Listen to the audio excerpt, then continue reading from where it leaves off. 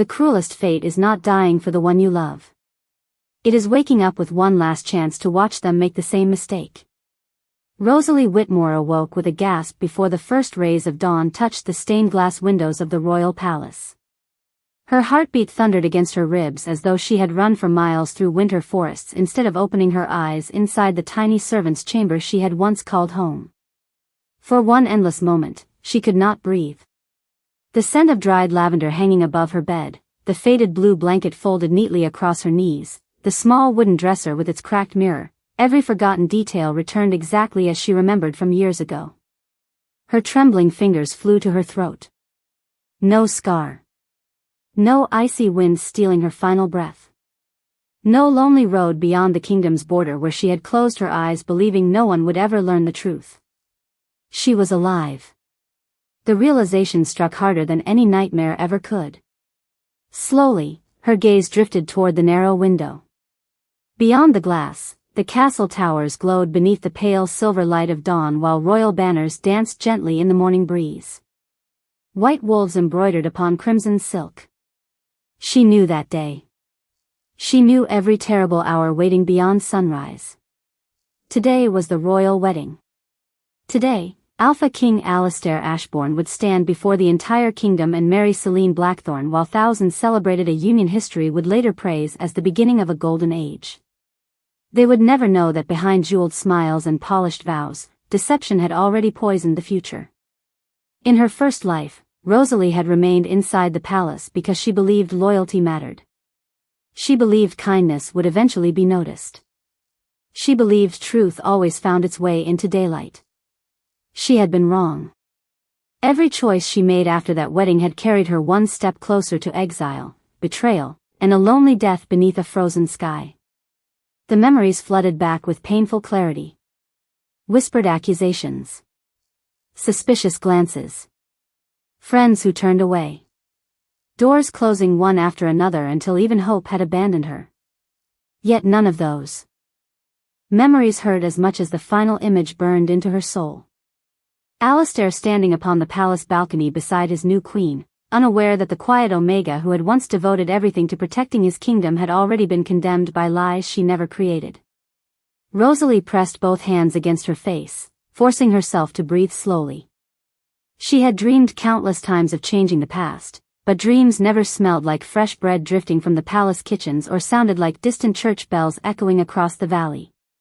This was real. Somehow, impossibly, fate had returned her to the one morning she had begged heaven for while taking her final breath. Outside, cheerful voices floated through the corridors as servants hurried to prepare flowers, silver table settings, and endless ribbons for the royal celebration. Every laugh twisted inside her chest because she knew joy would not survive the years ahead if history repeated itself. Not this time. Never again. She lowered her hands, and the frightened young woman reflected in the cracked mirror slowly disappeared beneath quiet determination. She was no longer the innocent Omega who believed endurance alone could earn happiness. She would not stay to witness another wedding that would destroy countless lives. She would not wait for another accusation. She would not spend years hoping someone powerful might finally listen. Before the palace awoke completely, she would leave the kingdom forever. No farewell. No explanation. No tears. She hurried toward the old wooden chest beneath her bed and gathered only what she truly needed, a plain traveling cloak, a leather satchel, several dried herbs, a water skin, and the small silver pendant her late mother had once fastened around her neck. Nothing more. Her entire life fit into one bag, just as it had before. As Rosalie quietly slipped through the servant corridors, every familiar stone beneath her feet reminded her how easily memories could become prisons if she allowed them. The eastern gate would open in less than 30 minutes for the first merchant wagons entering the capital. If she reached it before sunrise, no one would notice one forgotten Omega disappearing into the endless roads beyond the mountains. She tightened her grip around the satchel and stepped into the cool morning air. Freedom stood only a few hundred yards away. Then, without warning, a deep, thunderous wolf's howl shattered the peaceful dawn from somewhere inside the royal palace. Every bird burst into the sky. Horses reared inside the royal stables. Guards froze where they stood. And for reasons no one could explain, the Alpha King's wolf had awakened in unbearable anguish just as the one woman destined to leave his life forever crossed the palace gates. Rosalie did not look back. She had learned in another lifetime that some places only held power over the heart if you gave them one last glance. The towering walls of the royal palace slowly disappeared behind the morning mist as she blended into the growing line of merchants, shepherds, and farmers waiting for the eastern gate to open. Her plain gray cloak concealed the golden-brown strands of her hair, and her eyes remained lowered, just another quiet Omega hoping to pass unnoticed. The city stirred awake around her. Bakers carried fresh loaves into crowded market stalls. Stable hands hurried restless horses across the cobblestone streets. Children laughed as they chased each other between wagons decorated for the royal celebration. Every smiling face tightened something inside Rosalie's chest because she remembered how bright this very morning had once seemed before years of sorrow followed. The heavy iron gate groaned open, and the line began to move. One by one, travelers presented travel permits to the royal guards. Rosalie felt her heartbeat quicken. In her first life, this moment had never happened because she had never tried to leave. She had no memory to guide her now. Fate had become unfamiliar ground. A gray-haired merchant stepped forward first, exchanging cheerful greetings with the captain on duty.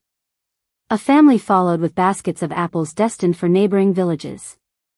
Rosalie counted each slow step separating her from freedom. 20 feet. 15. 10. The leather pouch hidden beneath her cloak suddenly felt much heavier than its few belongings should have weighed. Then another howl echoed across the kingdom. Unlike the first, this one carried no anger. It sounded almost desperate. Every traveler paused. Even the horses lifted their heads uneasily. One guard frowned toward the palace towers. "That is the king's wolf again," he murmured under his breath. "I have never heard anything like it." Another shook his head. "His Majesty has not shifted in years. Something must have happened." Rosalie forced herself not to react. She knew better than anyone that Alistair should have been preparing for his wedding at that very moment. Instead, his wolf was calling into the dawn as though searching for something lost. Or someone. No, she silently corrected herself. That was impossible. In her first life, he had barely noticed her existence until it was far too late. Wolves did not mourn strangers. They certainly did not mourn forgotten Omega servants. Next, the captain called. Rosalie stepped forward, offering the folded travel document she had secretly prepared months before in her previous life, long before despair had convinced her she would never use it. The captain examined the parchment only briefly before glancing toward her face. "Traveling alone?" She nodded softly. "Destination?" "Westhaven," she answered calmly. It was true, though not the whole truth. Westhaven was merely the first stop. Beyond it lay smaller villages where no one knew her name, and beyond those villages stretched forests large enough to hide a forgotten woman forever. The captain studied her another moment before returning the document. "Safe travels." Relief nearly weakened her knees. She accepted the parchment with both hands and crossed beneath the enormous stone archway. One more step, and she was no longer inside the kingdom that had once become her grave. Cool morning air filled her lungs differently beyond the walls, carrying the scent of pine trees instead of palace incense. For the first time in 2 lives, the horizon belonged entirely to her. Behind her, church bells suddenly began ringing far earlier than tradition allowed. Confused murmurs spread among the departing travelers. A rider dressed in royal colors galloped through the open gate, urging his horse toward the countryside at breathtaking speed. Another followed only seconds later. Then another. Their expressions carried none of the excitement expected on a royal wedding day. They looked frightened. Curious whispers drifted through the road. "The ceremony has been delayed." "That cannot be true." Someone said the Alpha King refused to enter the cathedral. Rosalie closed her eyes for the briefest moment. No. This was not supposed to happen. The wedding had never been delayed. Not even by a single minute. The timeline had already changed. Somewhere inside the palace, an Alpha King who should have been preparing to marry another Omega had abandoned tradition because his wolf refused to become silent. And neither of them yet understood that the woman they were searching for was already walking farther away with every step. Rosalie walked until the towering walls of the capital disappeared behind rolling green hills, yet every mile only deepened the uneasy feeling growing inside her heart. In her first life, the road beyond the kingdom had represented loneliness and exile. Today it felt strangely uncertain, as though the future itself had become unfamiliar territory. The sun climbed steadily into the clear blue sky, warming the narrow country road where merchants exchanged stories about the unexpected delay of the royal wedding. She kept her hood low, answering no questions, listening only when travelers spoke among themselves. Every rumor contradicted the last. Some claimed the Alpha King had suddenly fallen ill. Others insisted a sacred ceremony had been interrupted by an ancient omen. One elderly farmer quietly whispered that the king's wolf had refused to calm no matter what the royal priests attempted. Rosalie forced herself not to dwell on the impossible. She had left. That should have been enough. By late afternoon the road entered the Elderwood forest, where towering oak trees stretched high above the winding trail, filtering sunlight into soft golden beams that danced across the mossy ground. The familiar scent of pine, damp earth, and wildflowers wrapped around her like a comforting embrace. For the first time since awakening. In the past, she allowed herself to breathe without feeling the invisible weight of palace walls pressing against her shoulders. She had almost forgotten how peaceful the world could be beyond court politics and whispered conspiracies. A narrow stream crossed the path ahead, its crystal water flowing gently over smooth stones. Rosalie knelt beside it, filling her water skin before washing the dust from her hands. As the cold water touched her fingertips, a sudden memory surfaced. She had once gathered herbs along this very stream years before her exile. She remembered a rare silverleaf blossom blooming beneath the shade of an ancient cedar. In her previous life she had never harvested it because she had been hurrying back toward the palace, believing duty mattered more than opportunity. Slowly she stood and searched the surrounding undergrowth. There it was. Hidden beneath thick ferns, delicate silver leaves shimmered softly despite the afternoon light. Rosalie smiled for what felt like the first genuine time in 2 lifetimes. She carefully harvested only a few stems, leaving the healthy roots untouched. Silverleaf was one of the rarest healing herbs in the northern kingdoms. It soothed fevers, eased poisoned wounds, and strengthened exhausted wolves during recovery. It was also incredibly difficult to cultivate. If fate had truly offered her another beginning, then perhaps survival would come not through hiding alone, but through using the knowledge she already possessed. She continued deeper into the forest until faint voices drifted through the trees. They were anxious, hurried, and frightened. Rosalie stepped carefully behind a thick oak trunk before peering toward a small clearing where several villagers had gathered around a young boy sitting against a fallen log. His mother held him tightly while tears filled her eyes. An elderly man examined the child's swollen ankle with trembling hands, but the worried expression surrounding them made it clear no one knew what to do. He stepped into a thorn patch, someone said. The swelling keeps spreading. The nearest healer is almost 15 miles away, another answered quietly. He cannot walk that far. Rosalie's heart tightened. In her first life she would have hesitated, afraid of drawing attention to herself. That hesitation had cost her countless chances to help others. This life could not follow the same path. She stepped from behind the trees, keeping both hands visible. Every face turned toward the unfamiliar traveler. I know a remedy, she said gently. The villagers exchanged uncertain glances before the frightened mother nodded desperately. Rosalie knelt beside the boy and carefully cleaned the injured ankle with cool stream water before crushing fresh silverleaf together with common yarrow she carried inside her satchel. A soft herbal fragrance filled the clearing as she spread the mixture across the irritated skin.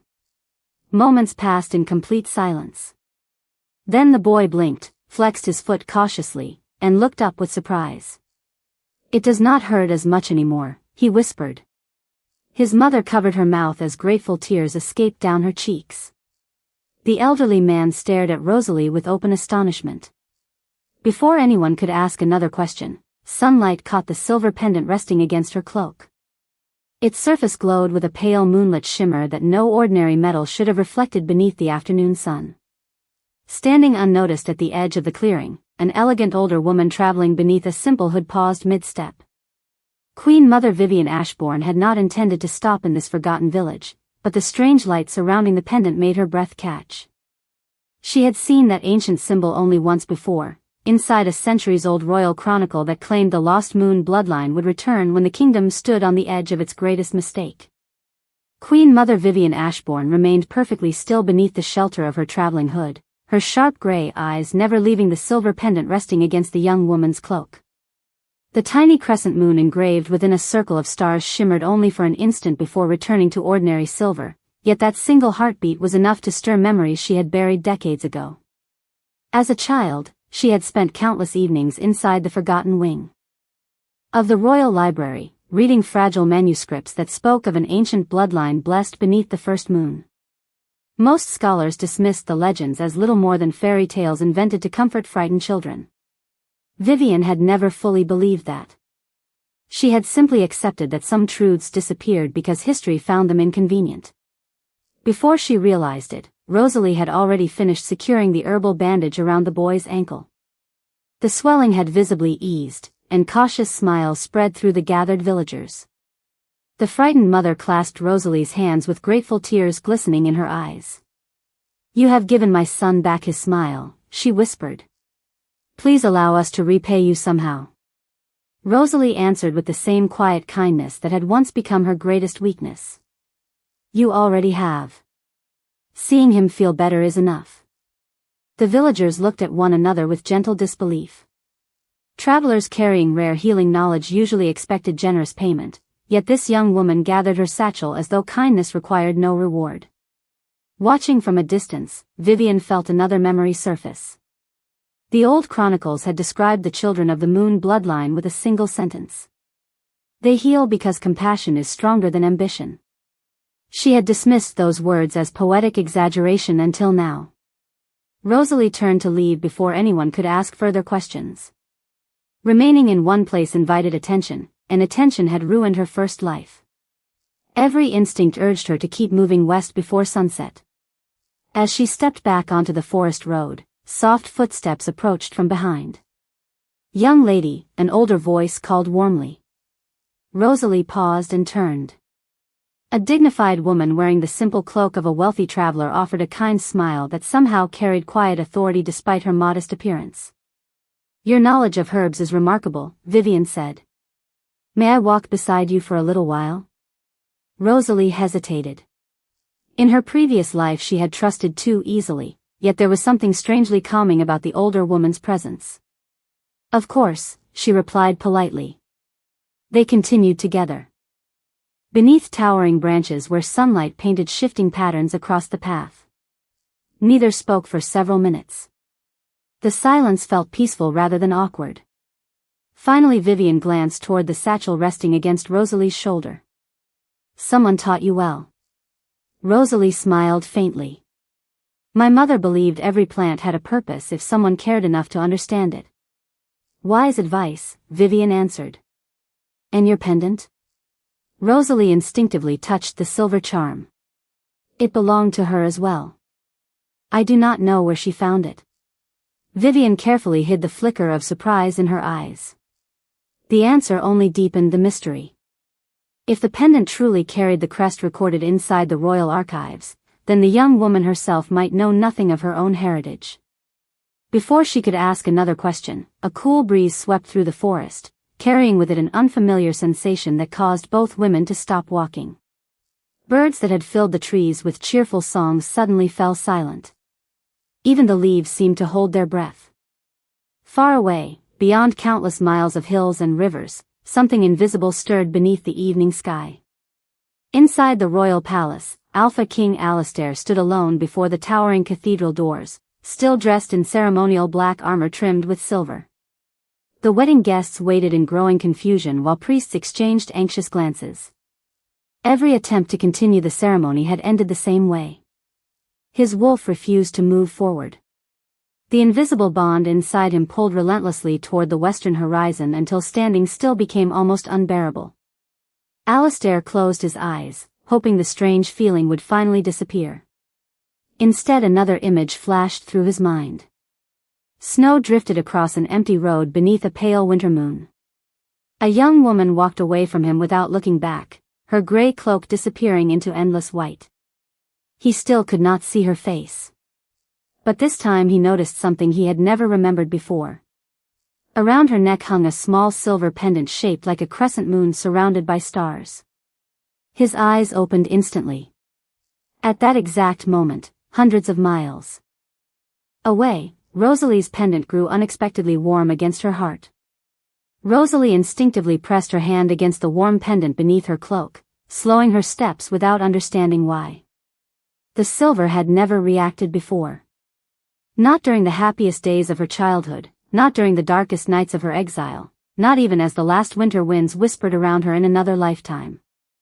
Yet now the tiny crescent rested against her heart like a living ember. She forced herself to ignore the strange sensation. Whatever mystery surrounded the pendant belonged to another life, another journey. Her only goal was simple. Keep walking. Keep surviving. Keep far away from the palace that had once become the beginning of every tragedy. Beside her, Vivian noticed the unconscious movement but wisely chose not to comment. Instead, she studied the young Omega with growing curiosity. Every answer Rosalie offered created two new questions. She carried herself with remarkable calm despite traveling alone. Her knowledge exceeded that of many trained royal healers. Even her quiet smile held the sadness of someone far older than her years. The chronicles had described the descendants of the Moon Bloodline as compassionate beyond reason, but they had never mentioned eyes that looked as though they had already mourned an entire lifetime. As evening settled over the forest, the narrow road emerged into a peaceful village surrounded by wheat fields shimmering beneath the golden light of sunset. Chimneys released thin streams of smoke while children chased one another across wooden bridges spanning a gentle creek. Travelers often stopped there before continuing west, and the village welcomed newcomers with warm lanterns glowing above its entrance. Rosalie thanked Vivian for the pleasant company. "I will stay only for the night," she explained. "Tomorrow I plan to continue before sunrise." Vivian smiled kindly. "Then perhaps fate will allow our paths to cross again someday." There was genuine warmth in her words, yet something inside Rosalie hesitated before answering. "Perhaps." They parted without exchanging names, each carrying away far more questions than answers. From the upstairs window of the modest inn, Rosalie watched darkness settle across the valley. For the first time since awakening in the past, she allowed herself to believe tomorrow might truly belong to her. Downstairs, merchants laughed over warm meals while musicians played quiet melodies beside the fireplace. It felt like a world untouched by royal politics, and she desperately wanted to become part of that ordinary peace. Miles away, however, another soul found no peace at all. Alistair Ashbourne stood alone inside the palace observatory overlooking the sleeping capital. The royal wedding had been postponed indefinitely, leaving the court drowning in confusion. Advisors demanded explanations. Priests searched ancient records for omens. Celine Blackthorne hid her disappointment behind graceful smiles, yet every polite word she spoke tightened the invisible pressure inside the king's chest. His wolf remained restless, pacing endlessly within him like a guardian searching for something it refused to name. Alistair had finally dismissed every servant, every noble, every counselor. Silence was the only thing he could endure. Then sleep claimed him without warning. The dream returned immediately. Snow drifted through endless darkness. The same lonely road stretched toward the horizon. This time the unknown woman turned slightly as though sensing someone behind her. He still could not see her full face, but moonlight caught strands of golden brown hair escaping from beneath a gray hood. His heart tightened with unbearable longing. "Wait," he called, though he did not know her name. She paused. Very slowly she looked over her shoulder. Before her features became clear, another voice echoed through the dream. Soft. Feminine. Familiar. "You are too late." Alistair reached toward her, but everything dissolved into brilliant silver light. He woke abruptly, breathing hard, one hand extended toward empty air. His palm slowly closed around something resting upon the stone floor beside his chair. Confused, he looked down. A tiny silver thread lay there, shimmering beneath the moonlight as though it had fallen from nowhere. At that very same moment, far beyond the palace walls, Rosalie removed her traveling cloak before preparing to sleep. As she folded the fabric, she suddenly froze. A single silver thread had mysteriously appeared woven through the edge of the cloak, glimmering beside the moon-shaped pendant exactly where no thread had existed when she left the kingdom that morning. Rosalie held the silver thread between her fingers, expecting it to feel ordinary, but the delicate strand shimmered with a faint glow before dissolving like morning frost against her skin. She searched every fold of her cloak, every seam of the fabric, yet no loose thread remained. Only the memory lingered, leaving her uncertain whether she had truly seen it at all. In her first life, strange things had happened only after the kingdom began falling into chaos. This was different. The world itself seemed to be whispering that the path she now walked no longer belonged to the past she remembered. Sleep came slowly. When dawn finally arrived, pale sunlight spilled through the tiny window of the village inn, carrying the scent of fresh bread and damp earth after a cool night. Rosalie rose before the other guests, quietly gathered her belongings, and prepared to leave before anyone could remember the mysterious healer who had arrived the evening before. She thanked the innkeeper for his kindness, accepted a small loaf of warm bread for the road, and stepped into the peaceful morning. The western trail stretched ahead through rolling meadows touched with golden wildflowers. Every mile she placed between herself and the capital eased a little more of the fear she had carried since awakening. She reminded herself that survival did not require understanding every mystery. It required continuing forward.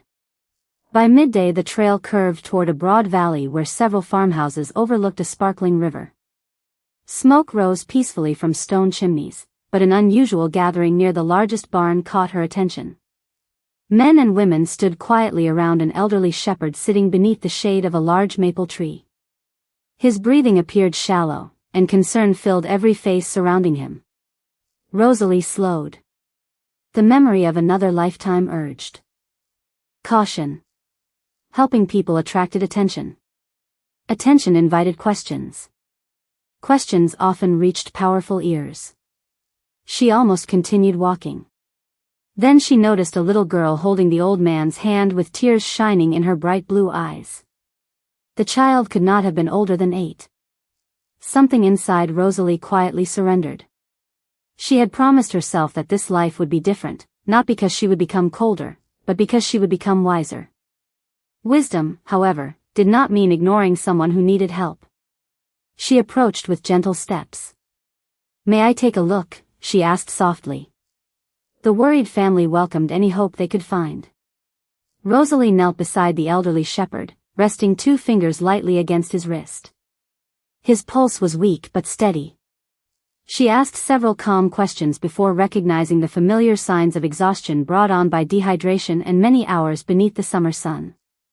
Smiling reassuringly, she mixed crushed mint leaves, honey, cool spring water, and a small portion of dried silverleaf into a simple herbal drink. After the old shepherd slowly finished the mixture and rested quietly beneath the tree, healthy color gradually returned to his face. Relief swept through the gathered family like a gentle breeze. The little girl threw her arms around Rosalie without hesitation. "Thank you," she whispered. Rosalie embraced the child with a warm smile that reached her eyes.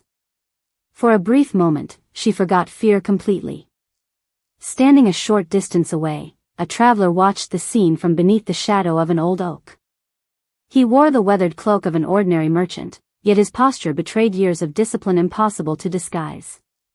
Gideon Hawke, the Alpha King's most trusted royal advisor, had spent the past day quietly following scattered rumors of a mysterious young healer traveling west after the delayed wedding.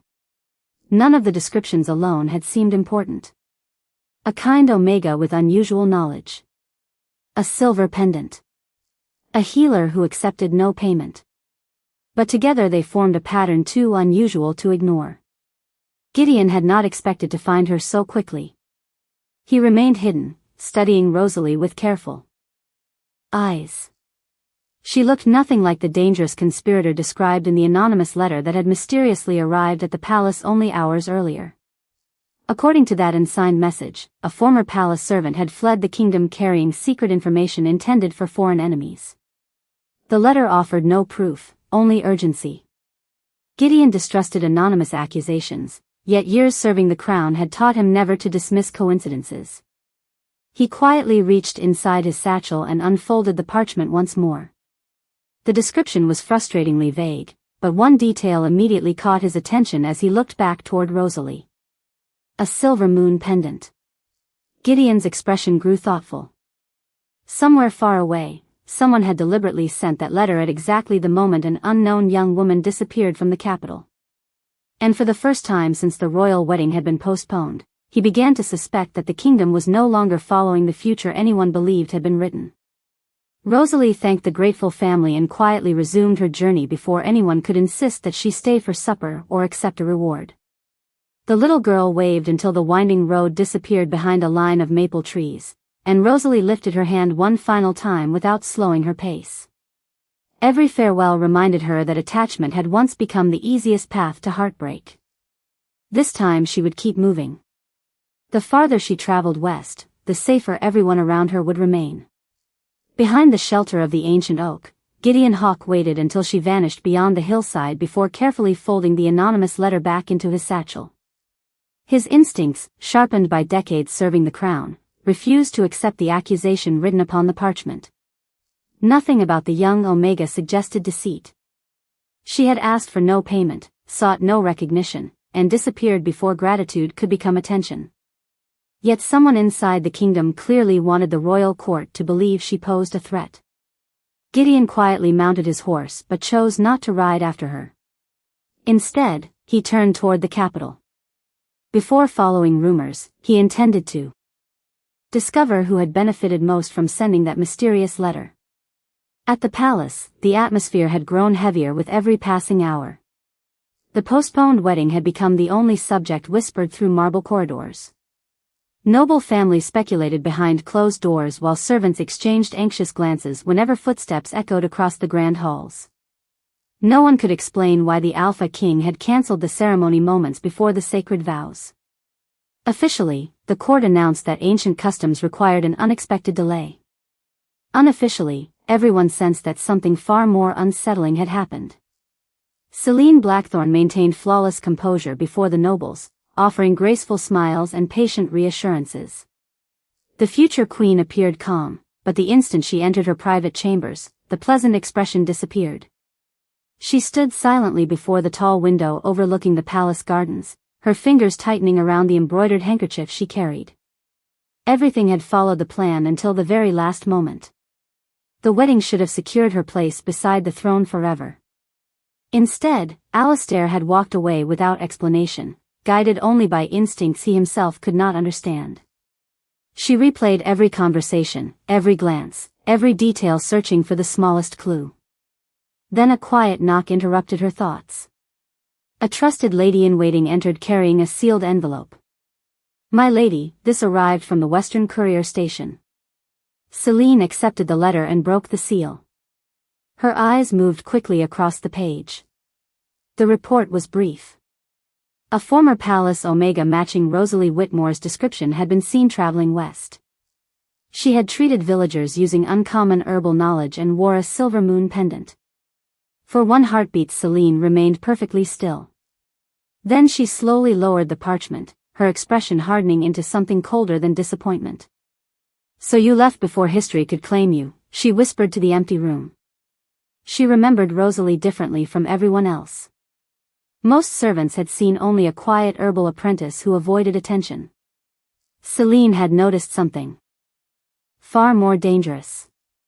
The Alpha King's wolf had always grown strangely calm whenever Rosalie happened to pass nearby, though neither of them had ever seemed aware of it. At the time, Celine dismissed those moments as meaningless coincidence. Now coincidence no longer satisfied her. If Rosalie's disappearance had somehow caused the impossible change in the wedding ceremony, then allowing her to remain free would become a risk no careful strategist could ignore. Celine walked toward her writing desk and calmly unfolded a fresh sheet of parchment. Her handwriting remained elegant and steady as she composed another anonymous message, this time addressed to officials stationed near the western trade routes. She never mentioned Rosalie by name. Instead, she described a traveling healer carrying sensitive knowledge stolen from the palace archives and requested discreet observation until royal representatives arrived. When she finished, she sealed the letter with plain wax that could never be traced back to her chambers. Far beyond the capital, Rosalie reached the crest of a grassy hill just as the evening sun dipped toward the horizon. Below, an unfamiliar valley unfolded beneath shades of gold and crimson, peaceful and untouched by royal intrigue. She smiled softly, believing she had finally traveled beyond the reach of the past. Yet as the wind brushed gently across the fields, the moon-shaped pendant resting against her heart gave another faint pulse of warmth, and somewhere behind her, unseen by her hopeful eyes, the first rider carrying Celine's newest letter urged his horse westward beneath the darkening sky. Rosalie descended into the quiet valley as twilight painted the sky with soft shades of violet and gold. The peaceful landscape seemed untouched by the troubles of kings and courts. Wildflowers swayed gently beside the narrow road, and the distant sound of sheep bells drifted across the open fields. For the first time since waking inside her past, she allowed herself to imagine a future that belonged only to her. Perhaps she could settle in a village where no one knew her name. She could gather herbs, heal the sick, and live a simple life measured by changing seasons instead of palace intrigues. The thought felt almost forbidden, yet it filled her heart with a fragile hope she had not dared embrace before. As darkness settled, she arrived at a small stone chapel standing alone beside a crystal spring.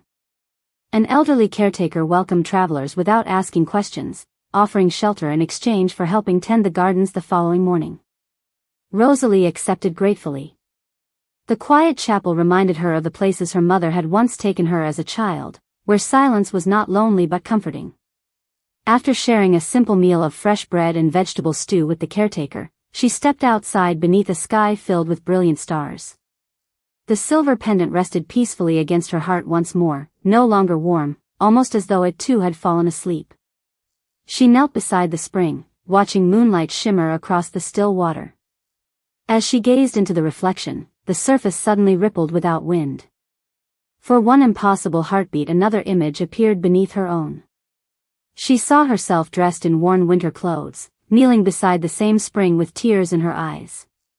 Snow surrounded the chapel. Her lips moved silently, as though whispering a farewell to someone she loved. Then the vision vanished as quickly as it had come, leaving only her own reflection staring back in quiet disbelief. Rosalie slowly touched the water, but it remained perfectly ordinary. Her breath caught. This memory had never belonged to her first life. She had never reached this valley before her exile. Whatever she had witnessed was not a memory. It was something else, something waiting beyond the future she thought she remembered. Inside the royal palace, another restless night unfolded. Alistair stood before the ancient map of the kingdom inside the council chamber while Gideon Hawke quietly described everything he had learned during his journey west. The advisor spoke carefully, omitting conclusions and presenting only facts. A young Omega healer had aided strangers without accepting payment. She carried remarkable knowledge of herbs. She wore a silver moon pendant. She left every village before sunrise. Alistair listened without interruption, yet each detail awakened the same painful pull inside his chest. When Gideon mentioned the pendant, the Alpha King instinctively reached into his pocket and withdrew the mysterious silver thread he had discovered after waking from the dream. It shimmered faintly beneath the candlelight before dissolving into nothing between his fingertips. Gideon frowned. "Your Majesty." Alistair stared at his empty hand. "Find her," he said quietly. "Not because she is accused of anything. Find her because I believe she is running from something she should never have faced alone." Gideon studied the king in thoughtful silence. The order surprised him. It contained neither suspicion nor command for arrest. It sounded instead like concern for someone the king had never knowingly met. As Gideon departed to prepare another journey, Queen Mother Vivian stepped from the shadows of the adjoining corridor. She had heard enough to understand that fate continued weaving invisible threads around the young woman she had encountered in the forest. Looking toward her son, she spoke with unusual certainty. Sometimes a kingdom loses its greatest treasure because it never learned to recognize quiet hearts. Alistair looked toward the western horizon beyond the palace windows. He still could not explain the dreams, the strange ache within his wolf, or the growing certainty that someone precious was slipping farther away with every passing sunrise. Far across the kingdom, Rosalie rose from the spring and returned toward the small chapel, unaware that the future had begun shifting once again. Hidden behind a weathered stone pillar, an unfamiliar traveler lowered his hood after silently witnessing the impossible vision reflected in the sacred water. He waited until Rosalie disappeared inside before revealing the crest embroidered upon the inside of his cloak, an ancient silver wolf surrounded by a circle of stars, a forgotten symbol belonging to the long-lost keepers of the Moon Bloodline. The first light of dawn slipped quietly across the stone chapel, painting the old walls in gentle shades of gold. Rosalie woke before the caretaker rang the small bronze bell for morning prayers, but the mysterious reflection she had witnessed beside the sacred spring lingered in her thoughts. She had returned to the water before sunrise, hoping to convince herself it had merely been exhaustion or imagination. The surface remained perfectly still, reflecting only drifting clouds and the pale blue sky above. Whatever had appeared beneath the moonlight had vanished without explanation. She tightened the straps of her satchel and thanked the elderly caretaker for his generosity before preparing to continue west. "Safe roads favor kind hearts," the old man said with a warm smile. Rosalie returned the smile, unaware that someone watched quietly from the tree line beyond the chapel grounds. The cloaked stranger bearing the ancient silver wolf crest stepped into the fading shadows only after she disappeared along the western trail. He approached the sacred spring, lowering one gloved hand toward the clear water. Ripples spread across the surface, revealing the same silver crescent surrounded by stars that rested upon Rosalie's pendant. The traveler closed his eyes respectfully. "After all these generations," he whispered, "the bloodline has finally returned." Hundreds of miles away, Gideon Hawk departed the capital before sunrise with only 2 trusted riders, intentionally avoiding the larger patrols that had begun following Celine Blackthorn's anonymous reports. He trusted neither coincidence nor fear. If someone truly wished to capture a quiet healer before the crown could reach her first, then finding her had become more important than ever. Back inside the palace, Queen Mother Vivian entered the forgotten royal archive carrying a small iron key she had not used in decades. Dust floated through narrow beams of sunlight as she unlocked an ancient cedar chest hidden beneath faded maps and worn royal records. Inside rested a single leather-bound chronicle wrapped carefully in blue linen. Turning brittle pages with extraordinary care, she finally stopped before an illustration that stole her breath. The faded drawing depicted a young woman wearing a plain traveling cloak. Around her neck rested the same moon-shaped pendant Rosalie carried. Beneath the illustration, elegant handwriting recorded words copied by royal historians centuries earlier. "When the Moon Bloodline returns, the kingdom will be offered 2 futures. One ruled by fear. One restored by compassion. The choice will belong not to the crown, but to the heart that was once cast aside." Vivian slowly closed the ancient book, her eyes filling with quiet understanding. This had never been only about a royal marriage. Somewhere beyond the western hills walked a woman whose existence alone could reshape the future of the kingdom. At nearly the same moment, Alistair entered the palace gardens hoping fresh morning air might calm the relentless restlessness inside him. Instead, his wolf stirred more strongly than ever. Without warning, a single white feather drifted from the clear sky, landing softly at his feet although no birds flew overhead. He bent to pick it up, and another vision flashed through his mind.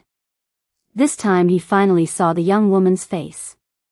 Golden brown hair framed gentle features illuminated by quiet determination rather than sorrow. Amber eyes met his with neither anger nor hope, only peaceful resolve. Then she smiled sadly and whispered the same words he had heard within his dreams before. "You are too late." The vision faded, leaving only the feather resting in his hand. Alistair stood frozen beneath the morning sky, his heart pounding with a certainty stronger than reason itself. Somewhere beyond the horizon, the woman from every dream was real. She was alive. And for reasons he still could not explain, losing her again suddenly felt more terrifying than losing a kingdom.